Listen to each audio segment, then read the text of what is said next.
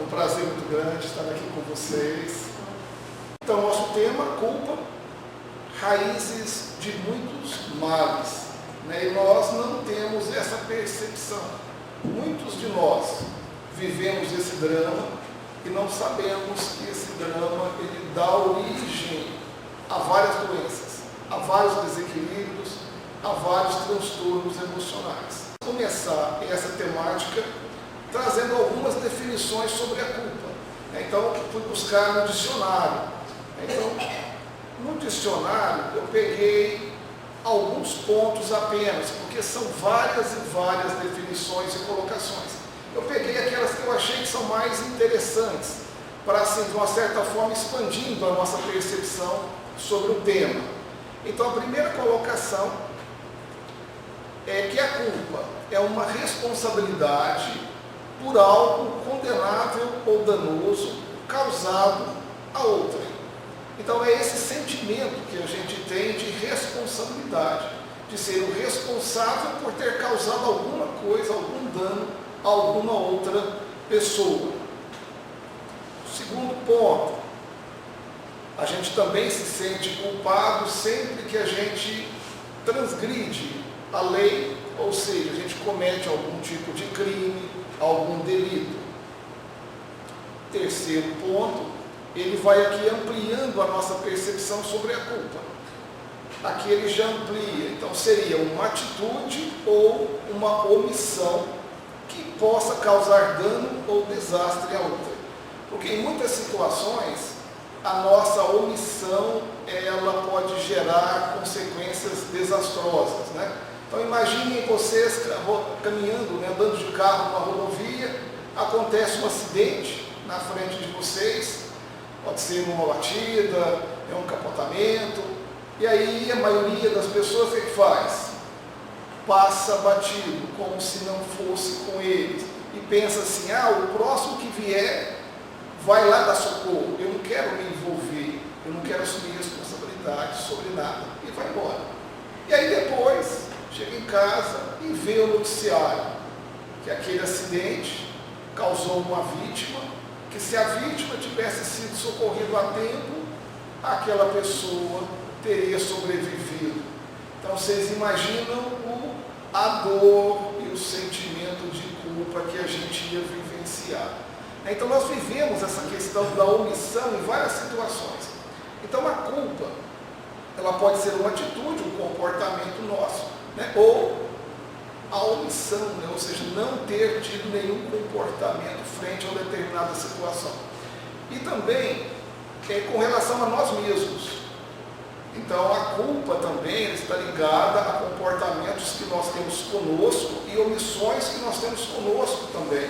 Isso acontece muitas vezes em várias situações. Tá?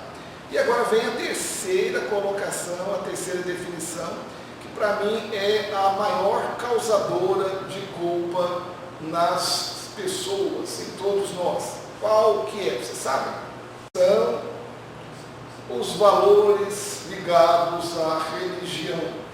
Então seria responsabilidade por ato de transgressão de preceitos religiosos ou morais. Então aquilo que nós consideramos pecado. Então, esses preceitos religiosos, eles variam de religião para religião. E eles variam também no tempo, né? Porque na mesma religião, dependendo do tempo, você tem uma visão sobre determinada coisa.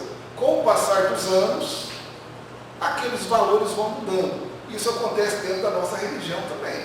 Tá? Nós temos aí uma série de visões e de interpretações que, há alguns anos atrás, a gente entendia de um jeito. E hoje, nós entendemos de outro completamente diferente. Tá?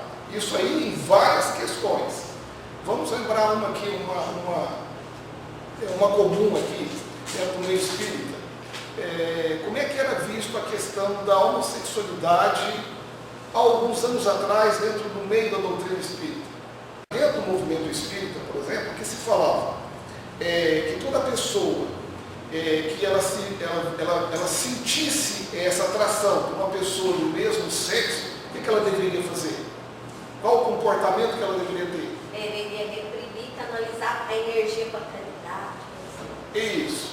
Então se falava que você deveria sublimar aquela energia sexual em direção às artes, a qualquer coisa, né? Mas que você não deveria dar vazão àquele desejo, né? Então hoje essa visão já mudou dentro do movimento espírita.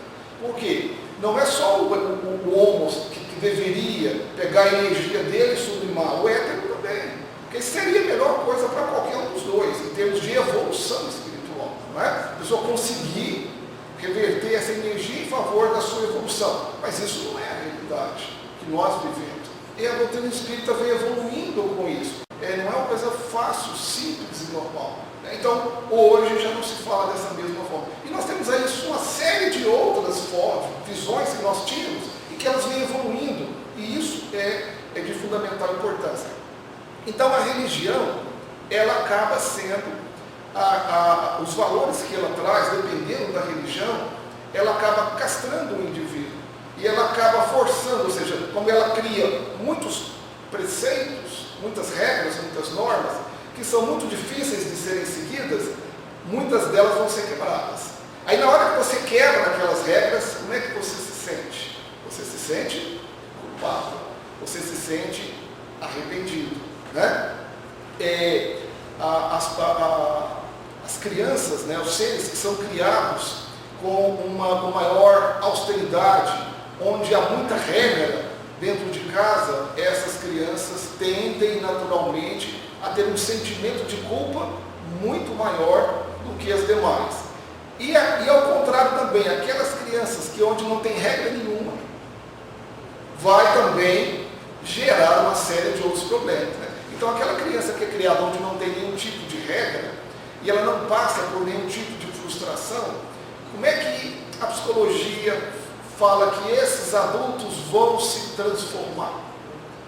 A psicologia coloca que vão ser seres inúteis para a sociedade, porque eles não têm habilidade emocional para lidar com a maioria das questões, né? Então, o excesso é problema e a falta é problema. Então, nós temos que ter o quê? O equilíbrio. É sempre trabalhar as coisas com equilíbrio. Todo sentimento, ele tem o seu valor, desde que você saiba trabalhar com ele. Então, a raiva é um sentimento natural em todos nós. Não é natural. Então, a pessoa me agride, eu não vou sentir raiva dela? Não, vou sentir raiva dela. Agora, a questão é quando eu deixo a raiva me dominar, quando eu perco o controle sobre a raiva, né? E quando aquele sentimento perdura muito tempo dentro de mim. Então, é natural? É, mas desde que eu consiga trabalhar esse sentimento. Então, a gente tem que entender essas coisas. Porque às vezes a pessoa ela fica se culpando simplesmente porque ficou com raiva, simplesmente porque ficou magoada. Não, é natural você ficar magoado com alguém que fez alguma coisa que não deveria. Agora, manter essa mágoa também é o grande problema, tá? E a quinta definição do dicionário, ele resume praticamente tudo, é a visão da psicologia. Seria consciência penosa por ter falhado no cumprimento de uma norma social ou moral. Então você fica com a consciência penosa, a consciência fica te acusando, você se sente mal com aquela situação, tá? Aí quando a gente fala nessa questão, eu pensei, eu estava fazendo uma reflexão sobre isso, aí veio uma intuição.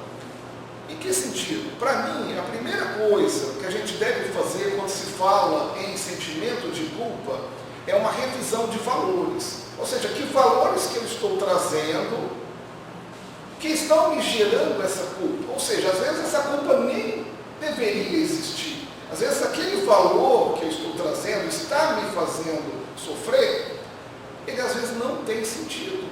Ele não tem a mínima lógica. E eu fico ali me censurando, me crucificando por causa daquilo. Então nós temos necessariamente que fazer uma revisão dos nossos valores, né? Eu peguei 2 pontos, Deus e a questão da fé. Com o advento da doutrina espírita, essas 2 visões de Deus e de fé, elas sofreram uma alteração profunda na nossa sociedade, dentro da nossa percepção de todos nós. Então, antes da doutrina espírita, qual que era a nossa visão de Deus? Como é que era Deus para nós? Isso, exatamente. Então, Deus era um Deus punitivo, um Deus severo, não é? E essa ideia de Deus punitivo, ela já saiu de dentro de nós? Já? Está quase saindo. Mais algumas encarnações ela sai completamente, mas ela ainda está dentro de nós. Por quê? Quando qualquer pessoa faz algo errado, o que a gente faz? Tem que punir, tem que ser castigado, né? Nosso filho erra, vamos punir ele, né? Não é? Então isso ainda está dentro da gente, essa ideia de Deus punitivo, e nós ainda estamos fazendo isso, querendo punir o outro. E pior, nós estamos nos punindo também. Então aquela pessoa que se sente culpada, ela tem uma propensão a se punir também, né? Então essa ideia de Deus, do Deus punitivo, ela é ultrapassada, mas ela ainda está dentro de nós. Então nós temos que começar a refletir mais sobre isso, né? Refletir esses valores que estão dentro de nós, porque hoje a nossa visão é que Deus é um Deus amoroso, não é? Ele não pune os seus filhos, ele dá uma série de oportunidades para os seus filhos, não é? Então, com o advento da reencarnação, né, antes a gente acreditava que se você pecasse, se você fizesse alguma coisa errada, né, o que ia acontecer? Você ia ser punido com o inferno, eternamente, né? Então, eternamente você viveria aquela situação dolorosa, né? Então, a ideia que a gente tem de dor, de sofrimento. Então, olha que Deus é esse. Um Deus que pega uma criatura, né, e põe ela para sofrer eternamente, né? E não, agora a visão nossa mudou completamente. Não, mas que Deus dá sempre uma nova oportunidade para as criaturas. E nós? Nós estamos nos dando novas oportunidades? Quando você começa a analisar isso em profundidade, você vê que não. Nós ainda estamos com essa ideia da punição. Então aí nós não nos perdoamos.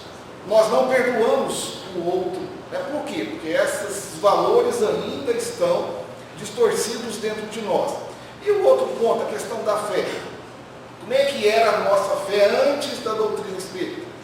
Fé cega. Né? Exatamente. Ó. É uma fé cega. Como é que é isso? O que é uma fé cega? O que quer dizer isso? Acredita sem questionar. Então, o padre falou, o pastor falou, né, o mentor espiritual falou, ou seja, falou para nós é verdade. Nós não questionamos aquilo. Está escrito ali, um interpretou de uma determinada forma e defendeu aquilo, todo mundo acredita, ninguém questionava. Então, assim era a nossa fé, né? Quem dera, né? Que assim fosse a nossa fé, porque ela ainda está assim, né? E hoje, com o Espiritismo, que o Kardec nos traz? Uma fé raciocinada. O que é uma fé raciocinada?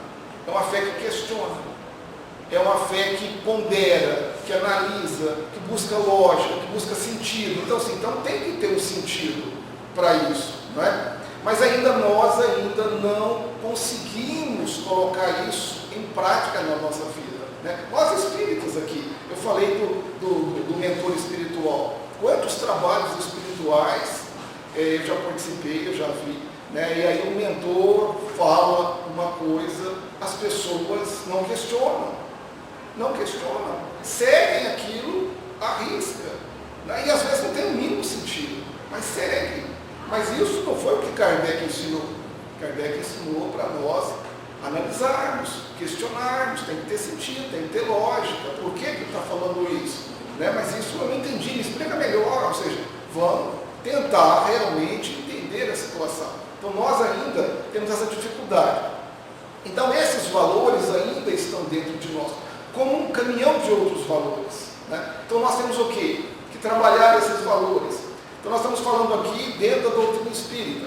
E quando a gente volta para o nosso lar, cada um de nós teve um padrão de educação diferente, teve uma formação diferente. Esses valores que os nossos pais nos passaram estão dentro de nós. E nós, a maioria de nós ainda defende os valores que foram passados pelos nossos pais. E o que os nossos pais faziam, tudo que eles faziam, era certo? Era, gente? Não. Muitas coisas eles também tinham uma visão distorcida, porque eles aprenderam algo que não era o correto, não é? Então hoje a gente está vendo que nós temos que rever esses valores. Meu pai falou que isso é assim, mas por que isso? Vamos analisar, vamos questionar, não é? Então a gente tem que fazer isso com os valores que nós estamos recebendo, porque eles são geradores de muito sofrimento, de muita dor, e a culpa está dentro desse processo, tá? Então eu peguei só esses 2 pontos para vocês verem o tanto que isso é profundo, e se a gente fosse pegar ponto a ponto, a gente vê o tanto de coisa e formas de percepção da realidade que nós temos que são distorcidas, né? Então é necessário a gente fazer esse trabalho. Então seria o primeiro ponto, tá? Então vamos lá na temática. O sentimento de culpa, ele pode ser vivenciado de 2 formas. A maioria de nós vivencia esse sentimento de 2 formas, tá? Então a primeira forma é a forma que nós consideramos saudável. Por quê?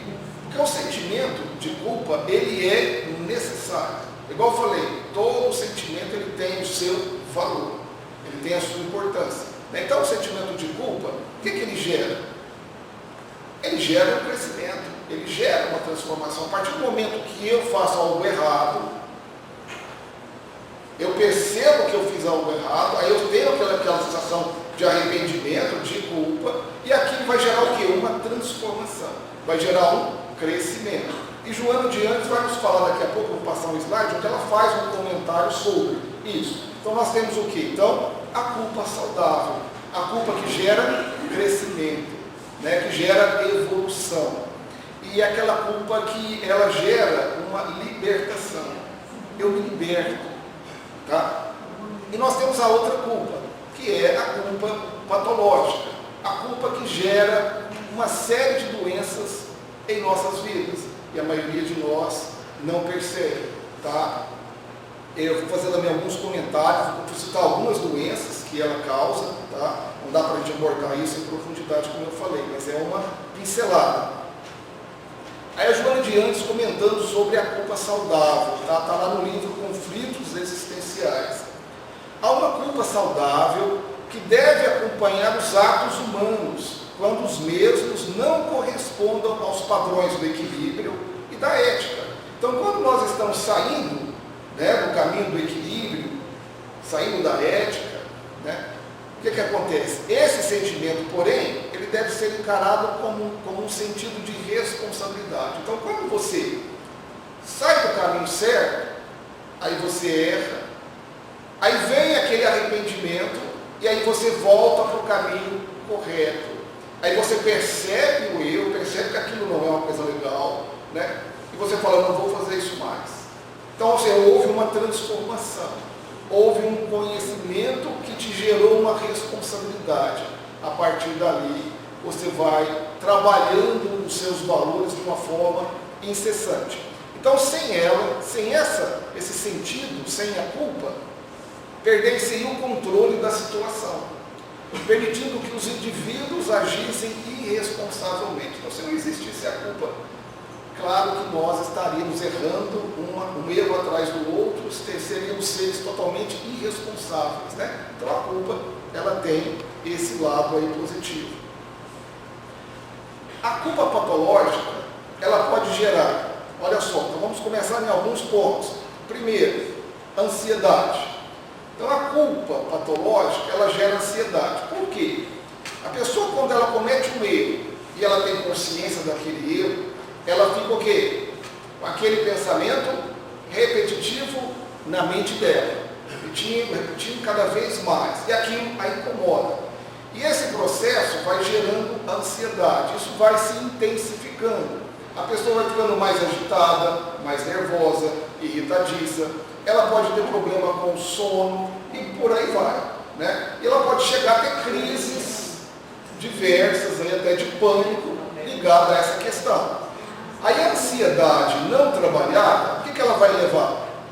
Ela vai causar a depressão. Então a depressão, o que acontece com a pessoa?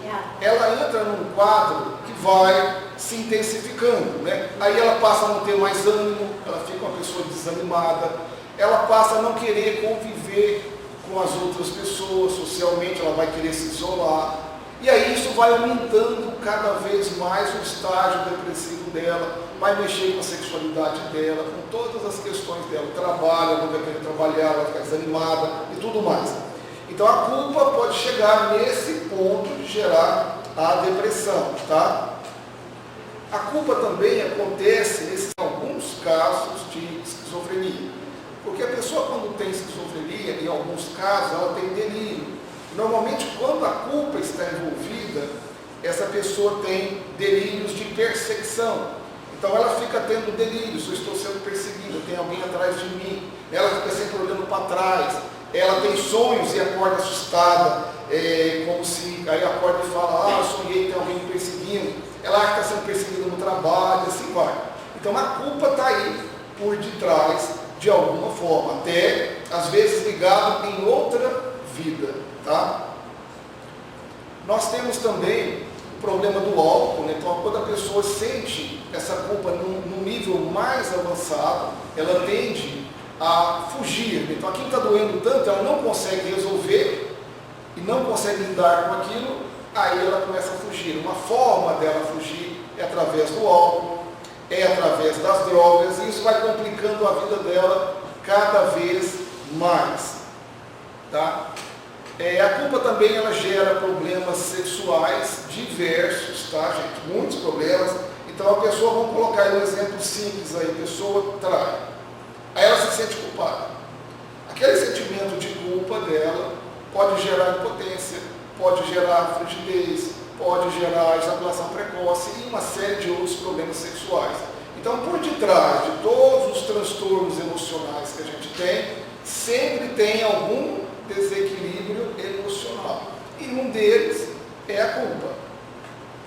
A culpa também, em muitas situações, a gente vê essa questão do não merecimento. Quando a pessoa se sente culpada, ela acha que ela não merece. Ela não merece ser feliz, ela não merece viver coisas prazerosas, ela não merece o sucesso, né? Seria aquele processo que eu falei para vocês da autopunição. Então ela mesma boicota as possibilidades dela crescer, dela estar bem, dela estar em paz, porque ela acha que ela tem que sofrer. Então ela não merece, tá? Isso aqui também é muito comum nas pessoas que vivem esta questão. Daqui a pouco a gente vai contar um exemplo que eu tive recente sobre isso. E a culpa também, uma das consequências mais graves, e que isso é muito comum no nosso meio, né? E às vezes a gente não sabe, a culpa leva muitas pessoas ao suicídio. Então aquela dor é tão grande que nada consegue aplacar aquilo. E aí ela acha que a única saída é a morte. E aí nós espíritas sabemos que aí ela vai sofrer ainda mais, ela vai ter dois problemas, né? Então se ela tinha culpa por ter feito algo errado, ela vai ter duas culpas, né? Por ter tirado a própria vida, né? Então o problema vai só aumentando, tá?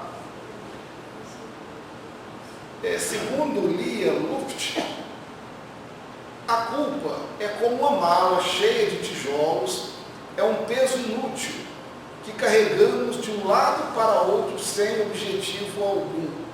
Olha a questão, gente. Então, não tem utilidade nenhuma esse sentimento de culpa. É diferente a gente falar que a culpa ela é importante para o seu processo de evolução. Mas como? Olha, quando você resolve aquilo de uma forma rápida. Então você fez uma coisa errada, você entendeu, tentou reverter o que for possível e aqui você não vai fazer mais. Mas você não tem que ficar ali se martirizando eternamente com isso, né? Quando você faz isso, você está carregando esse peso ali. É inútil, não adianta nada. Isso não vai amenizar o que você fez. Não vai amenizar. Se você acha que a dor que você está vivendo vai amenizar o que você fez, não vai. Isso não acontece. Então isso é um peso inútil. Então a gente tem que rever esse valor que a gente traz também. Tá? A gente acha que a dor ela expurga o que eu fiz no passado. Não, a dor não expurga. A dor é o quê? Para que serve a dor? A dor é para te despertar, que tem algo errado. Aí nós viramos masoquistas, né? Queremos sofrer, porque aquilo está pagando algo que eu fiz lá atrás. Não, isso não é real. Isso são ideias antigas que nós ainda trazemos dentro de nós. Temos que eliminar isso, tá? Isso está lá no livro Perdas e Ganhos. No livro Renovando Atitudes, Hamed, ele também traz uma colocação que eu achei muito interessante. Culpa quer dizer paralisação das nossas oportunidades de crescimento no presente, em consequência da nossa fixação doentia em comportamentos do passado. Olha só, gente, a culpa paralisa o nosso processo de crescimento, paralisa o nosso processo de evolução. E quantas pessoas passam uma existência inteirinha com esse sentimento dentro de si, deixando uma série de oportunidades passarem a esmo, né? Então, não é positivo. Paralisa. Joana de Ângeles, no livro Conflitos Existenciais, ela tem uma série de livros em que ela trabalha essa questão da culpa, tá, gente? Uma série. Nesse livro aqui, ela trabalha isso de uma forma bem extensa, bem profunda. Eu peguei algumas partes aqui. Ela começa trabalhando que a culpa ela tem duas causas psicológicas, basicamente. Então ela pegou e sintetizou em duas causas. Primeiro, a que procede da sombra escura do passado, da consciência que se sente responsável por males que haja praticado em relação a outra. Então aqui ela coloca, a que procede da sombra escura do passado. Aqui ela está falando de outras vidas, tá? Então tudo aquilo que nós fizemos lá atrás de errado, está onde? Dentro de nós. Está dentro de nós, né? E aí, o que ela fala aqui, ó? Aí nós nos sentimos dentro da nossa consciência, a gente sente essa responsabilidade. E a outra culpa é a que tem a sua origem na infância, como decorrência da educação que lhe foi ministrada. Então, essa é resultado dessa vida atual, do que nós aprendemos com os nossos pais, dos valores que nós estamos trazendo dos nossos pais, dos valores que nós trazemos da escola, da nossa religião, das diversas religiões que nós passamos. Tudo isso está dentro de nós, né? E a Joana vai comentar e vai fazer um estudo bem profundo sobre o resultado desse processo educacional no processo do sentimento de culpa que a pessoa vai acabar desenvolvendo, né? Que também não vou entrar, não vou discutir, porque também é muito profundo, tá? Aqui eu quero, como eu falei, fazer um apanhado geral, uma reflexão geral sobre a questão. Então, nós temos dois tipos de culpa. A culpa que eu chamo de consciente e aquela culpa inconsciente. A culpa inconsciente, ela está ligada a tudo aquilo que eu não lembro. Não lembro. Então, seriam as culpas que eu tenho nessa vida, que eu não lembro. Nós fizemos muita coisa errada. Imaginou, nós fosse voltar e pontuar o tanto de coisa que nós já aprontamos, está lá dentro, mas muitas eu não lembro mais, mas elas existiram e estão dentro de mim. E aquelas que estão ligadas ao meu passado, as coisas que eu fiz de errado em outras vidas, elas estão ali dentro do meu inconsciente. E nós temos a culpa consciente, que são as culpas que nós lembramos. Então, coisas que nós fizemos e estão interferindo no nosso comportamento, estão interferindo na nossa vida. Então essa é mais fácil da gente identificar. Então eu tenho um caso de uma paciente que ela me procurou um dia e falou, olha, eu queria falar uma coisa com o senhor, que eu nunca falei para ninguém. Eu viajei, estive na casa da minha irmã e minha irmã perguntou, você contou para ele? Ela falou, não. Conta para ele que ele vai te ajudar. Então eu vou contar, só a minha irmã que sabe. Eu vou contar uma coisa que me dói muito, que é muito pesado para mim. Aí ela começou a me falar, eu quando mais jovem, né? Ela uma família muito pobre, vivia numa cidadezinha pequena.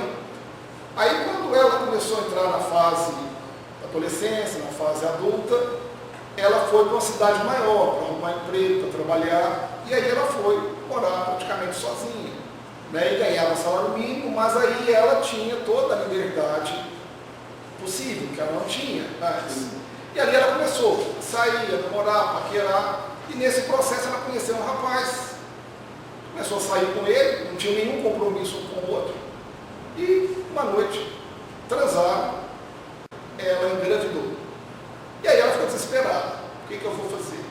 Eu não tenho condições financeiras, não tenho como eu voltar para minha mãe viver do jeito que eles vivem lá, eu não quero isso mais. Procurou o rapaz. O rapaz falou, olha, como é que eu vou saber se eu sou pai? Isso aconteceu numa época que não tinha o exame de DNA aí, né? Mas se fosse hoje aconteceria do mesmo jeito. Né? Se o rapaz não quiser assumir, é muito difícil. Ele falou, como é que eu vou saber se eu sou pai? Eu transei com você, não, nunca fez. Aí ela falou, é verdade, não tem como. Aí ela naquele desespero, sozinha, ninguém influenciou ela foi e abortou. Então ela fez um aborto consciente.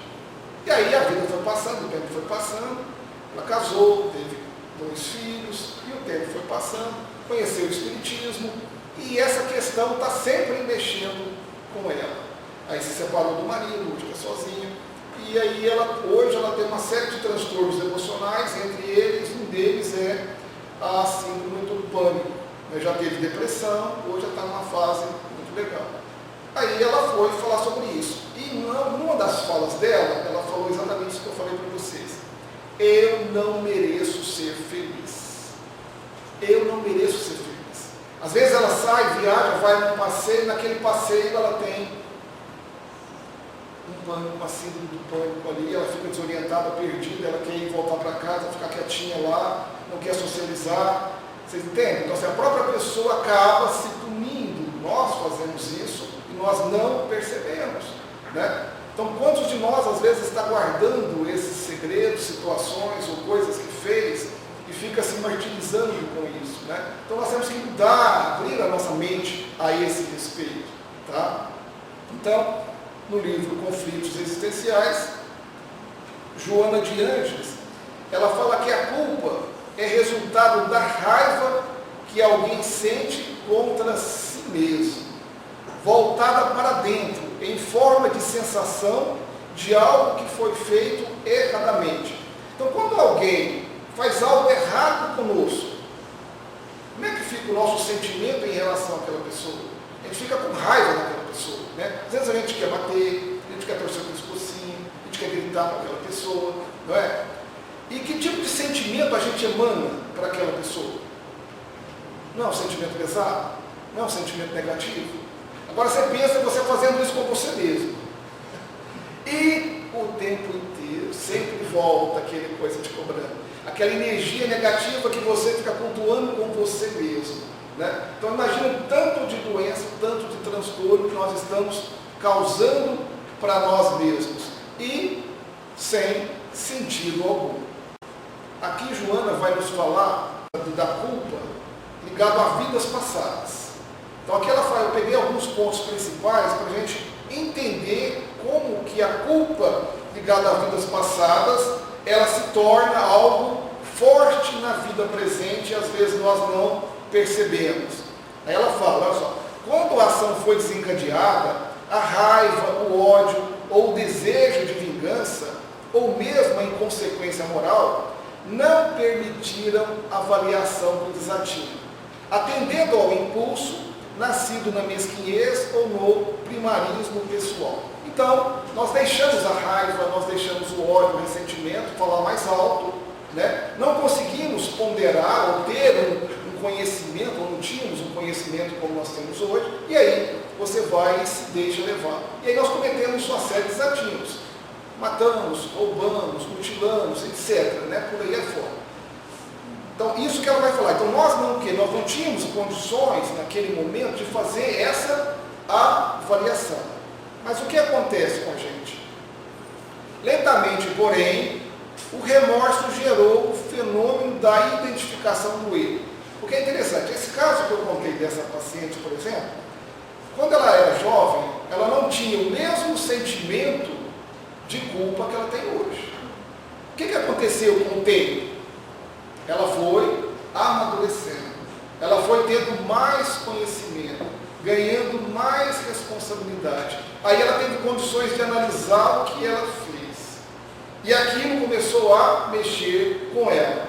Então, com nós acontece isso também. Quantas histórias a gente lê dentro da doutrina espírita, de atos que a gente comete aqui, que às vezes a gente não tem a devida noção e consciência, e aí a hora que a gente chega lá no plano espiritual, aquilo é nos mostrado.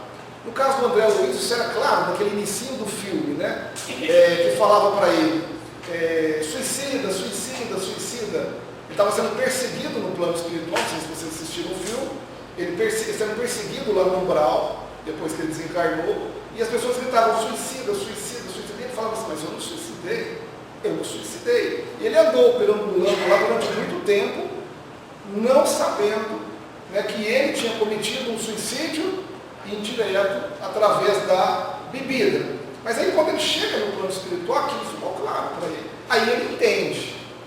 A hora que ele entende, gera a culpa, gera essa sensação de sentimento de remorso. Então é isso que ela fala. Lentamente, porém, o remorso gerou o fenômeno da identificação do erro. Eu identifico que eu errei.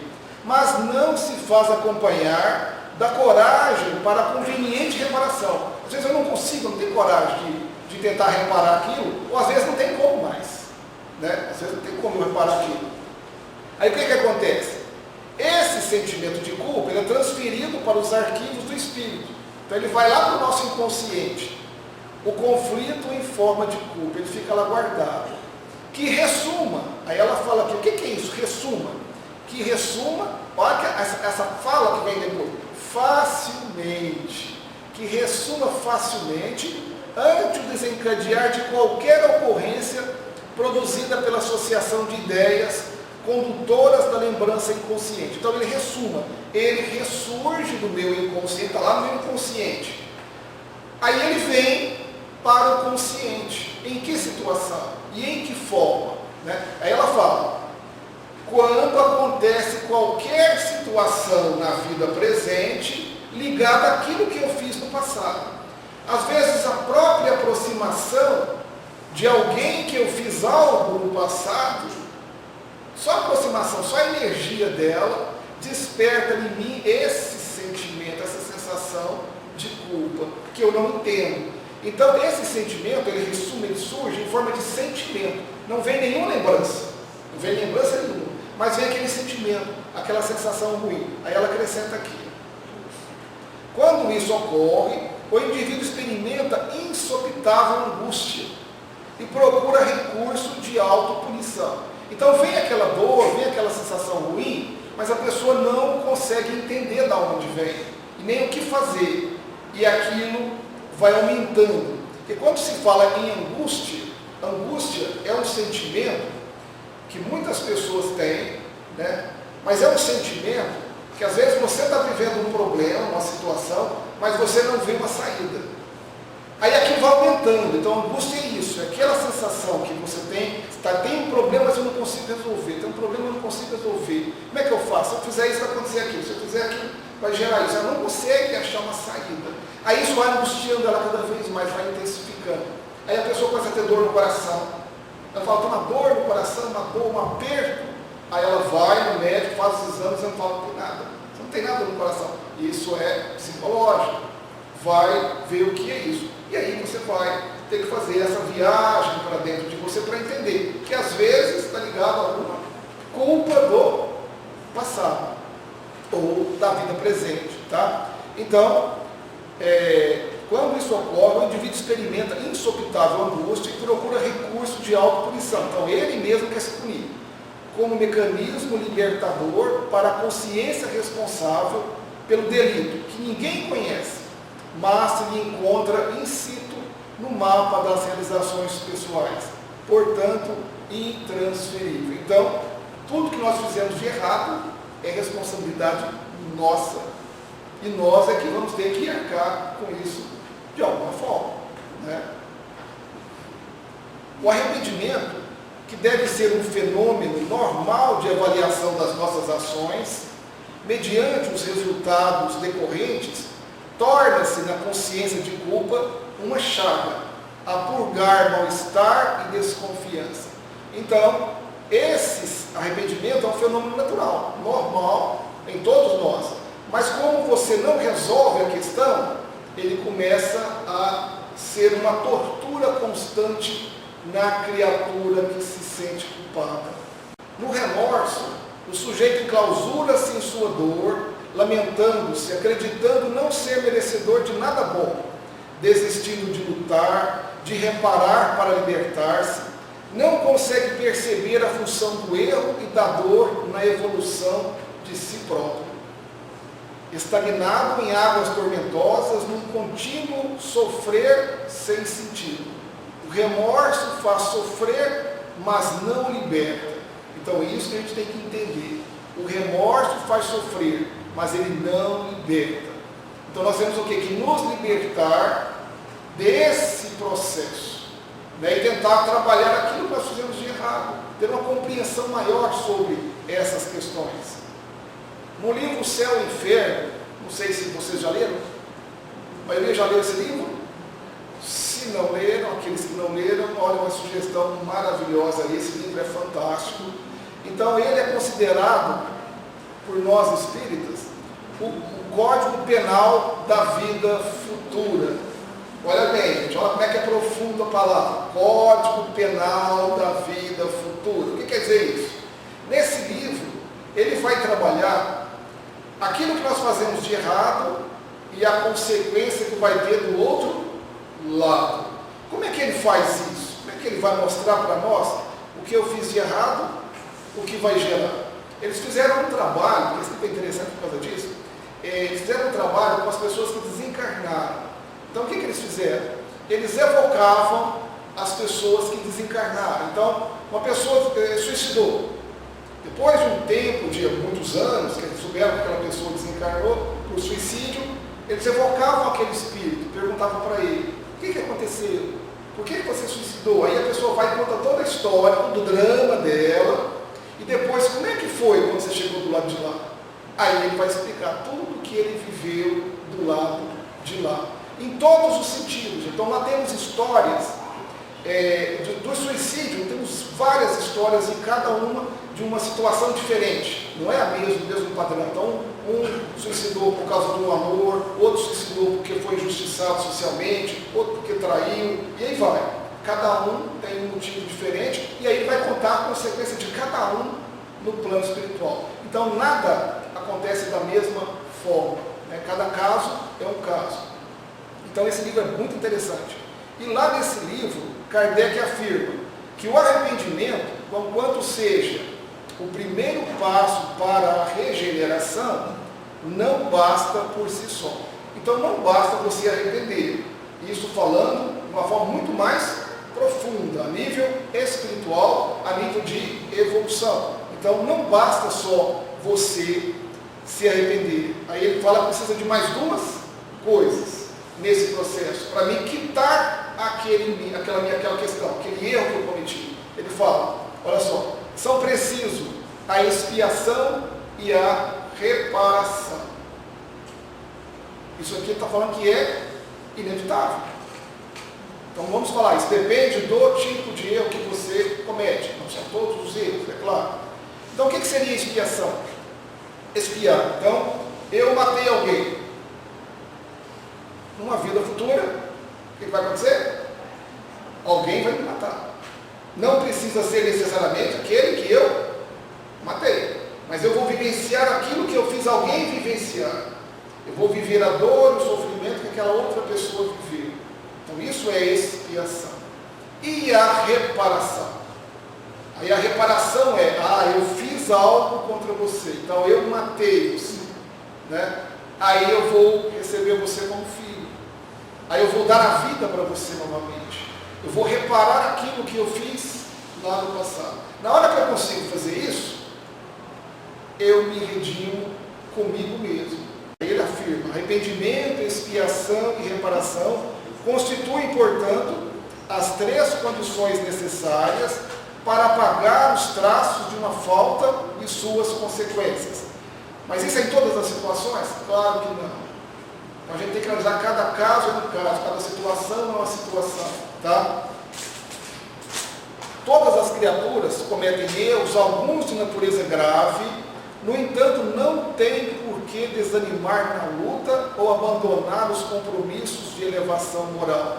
Porque quando nós ficamos presos na culpa, nós paralisamos, né? Nós abandonamos tudo, inclusive os nossos compromissos com a família, com os filhos, né? O antídoto para a culpa é o perdão. Esse perdão poderá ser direcionado a si mesmo, a quem foi a vítima, à comunidade, à natureza. Porque é interessante, o antídoto, a forma de você amenizar é a culpa. Então, se alguém faz alguma coisa errada comigo, o que a doutrina espírita nos fala? Quando eu perdoo ele, acabou ali, ele não vai ter consequência nenhuma do que ele fez comigo. Vocês entendem aqui? O que vai acontecer com ele? Então, quando eu perdoo ele, quando eu perdoo aquela criatura, quem que está sendo beneficiado? Por que eu estou sendo beneficiado? Perdão liberta. Porque eu estou me desligando daquela pessoa. Porque enquanto eu fico com esse pensamento negativo em relação àquela pessoa, eu estou conectada nela. Tudo que ela vive vem para mim, tudo que eu vivo de negativo vai para ele. Nós estamos trocando farpas mentais. Então eu fico preso ali, né, nas colocações anteriores. Eu paraliso o meu processo ali. Aí quando eu perdoo ele, eu quero deixar ele ir, deixar ele seguir a vida dele.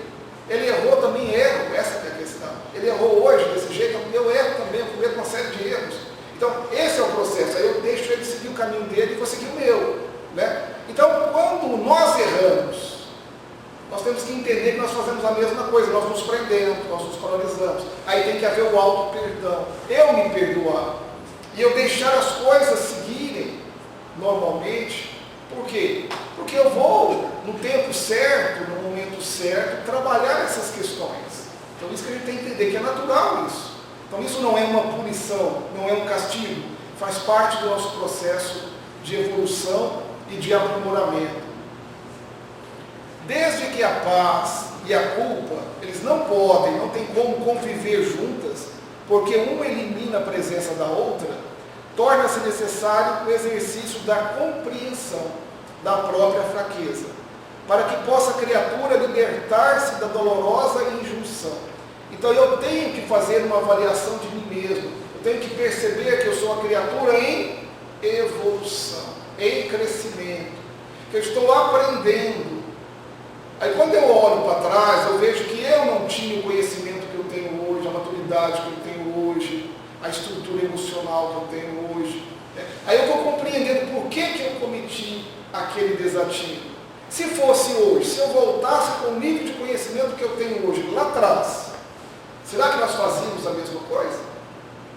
Se nós tivéssemos a oportunidade de voltar lá atrás e reiniciar essa vida com o nível de conhecimento e maturidade que nós temos hoje, como é que seria a nossa vida? Seria completamente diferente. Então nós o quê? Nós estamos evoluindo. Então essa compreensão faz com que eu me perdoe, que eu perceba que eu ainda não tinha maturidade, mas que agora tenho. Né? Então isso é interessante. Então eu tenho que fazer essa volta, analisar a minha vida, ver que eu sou um ser que também está evoluindo. Né? Em muitos casos, a gente vê que a questão, a pessoa sofre muito com a questão da culpa, tem criaturas que sofrem muito, principalmente aquelas criaturas que são muito egocêntricas. Ou seja, aquela criatura que ela acha que ela já é perfeita. Então ela acha que ela é melhor que todo mundo. Aí se ela erra, aí a dor dela é monstruosa. Vocês entendem o que eu estou falando? Quando eu acho que eu sou melhor que todo mundo, então eu não posso errar, porque se eu errar, como é que as pessoas vão falar de mim? Eu tenho vergonha, eu não aceito, né? Aí aquilo vai me gerar um estrago emocional profundo. Muitas pessoas com esse padrão tendem a se suicidar, porque elas não conseguem lidar com aquilo. Por quê? Porque na realidade elas se veem de uma forma totalmente irreal. E eu acho que a doutrina espírita ela vem trabalhar muito isso com a gente, mostrando que nós todos ainda somos criaturas em evolução, em processo de aprendizagem. Tratando-se de culpa que permanece no inconsciente, ligado a outras vidas, procedente de existência passada, a mudança de atitude em relação à vida e aos relacionamentos. Então, como eu vejo a vida, como eu me relaciono com as pessoas, então tem que mudar isso, ensejando-se trabalho de edificação. Torna-se o mais produtivo recurso propiciador do equilíbrio e libertador da carga conflitiva, né? E nós temos uma fala de Pedro, uma carta que Pedro escreve, uma epístola de Pedro, que sintetiza isso aqui que eu estou falando. Vocês lembram a frase de Pedro, que é famosíssima quando se fala em culpa? O que é que cobre os erros que eu pratiquei? O amor. Mas que amor é esse? Então, só o amor cobre uma multidão de pecados. Então, aquilo que eu fiz de errado, vou fazer muita coisa certa, muita coisa positiva, muita coisa em favor de outras criaturas. Aquilo vai o quê? Amenizando aquilo que eu fiz de errado. Então, necessariamente eu vou ter que espiar, necessariamente eu vou ter que reparar? Depende da situação. Por isso que eu estou falando. Então, se você começa a trabalhar no bem, a produzir sempre, né, e você vai amenizando o quê? Os seus débitos do passado. Então, não é a dor e o sofrimento que amenizam os meus débitos do passado, e sim o amor, e sim fazer o bem. E eu vou além. Quando se fala de amor, qual é o mandamento maior? E ao próximo como a si mesmo. Então eu tenho que amar ao próximo como eu amo a mim mesmo. Então quando ele fala que só o amor cobre uma multidão de pecados, a primeira pessoa que você tem que amar é você mesmo. Então você tem que se amar. Quando você se ama, pensa a diferença. Quando você se ama, você muda a sua forma de ver o mundo e ver as coisas. Então a primeira coisa que a gente percebe é que nós nascemos aqui, gente, não foi para sofrer. Nós nascemos aqui para sermos felizes, para ser feliz. Quanto mais feliz nós formos, como é que fica as nossas relações interpessoais? Se você é uma pessoa amorosa, compreensiva, companheira, leal, sincera, etc., como é que fica a sua relação? Todo mundo quer ficar perto de você. Você automaticamente vai estar o quê? Espalhando amor. Automaticamente você vai estar espalhando paciência, tolerância, compreensão. Você vai estar ajudando as pessoas à sua volta. Então a gente tem que entender isso. Quanto mais feliz eu for, mais eu consigo ajudar as pessoas à minha volta. Quanto mais eu estou sofrendo, mais negativo eu fico. Mais pensamentos negativos eu cultuo. Mais energia negativa eu emano para as pessoas à minha volta. Então eu vou ser uma pessoa irritadiça, eu vou ser uma pessoa nervosa, eu vou ser uma pessoa agressiva, eu vou ser uma pessoa que magoa com maior facilidade, qualquer coisinha eu estou ficando magoado. Ou seja, ninguém vai querer ficar perto da gente. Então vocês entendem quando ele fala só o amor cobre uma multidão de pecados. Então quando eu começo a me trabalhar e busco ser feliz, eu contamino a todos à minha volta. E eu vou distribuindo esse amor naturalmente em todos os lugares que eu vou. Então esse é o maior processo de transformação, né? É essa transformação íntima, é você enxergar que você está aqui para ser feliz e não para sofrer, tá? Então a gente pode muito bem eliminando isso da nossa vida. No livro da Zíbia Gasparetto, é um romance, Somos Todos Inocentes. Então, esse livro aqui vai trabalhar a questão do erro, da culpa, né? É uma história bem intensa, profunda. E na contracapa desse livro, ela coloca uma coisa que eu achei muito profunda e tem tudo a ver com o que nós estamos falando aqui. Então ela fala aqui, errar faz parte da aprendizagem. Eu acho que essa é a primeira coisa que a gente tem que entender. Errar faz parte do nosso processo de aprendizagem. Nós estamos aqui aprendendo. Não tem ninguém perfeito, não tem ninguém que sabe tudo. Todos queremos sempre o melhor. Essa é uma verdade, gente. Normalmente a gente quer o melhor, mas cada um está num estágio diferente. Então o que é melhor, na minha visão de melhor, não é a mesma visão melhor do outro.